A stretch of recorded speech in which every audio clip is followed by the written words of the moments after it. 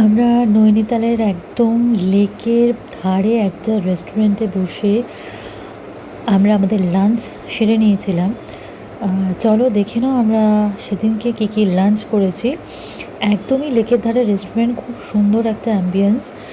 আমরা নিয়ে নিয়েছিলাম ফ্রাইড রাইস, সাথে চিলি চিকেন। চিলি চিকেনটা বেশ ঝাল বানিয়েছিল। তো আমরা রেস্টুরেন্টের ভিতরে বসে বসেই তার সিনিক বিউটিটা নিয়ে নিচ্ছিলাম। রেস্টুরেন্টটা বেশ ভালোই ছিল, মোটামুটি বড়োই ছিল, আর খাবারের টেস্টটাও বেশ ভালো ছিল। কোয়ান্টিটি প্রচুর পরিমাণে দিয়েছিল।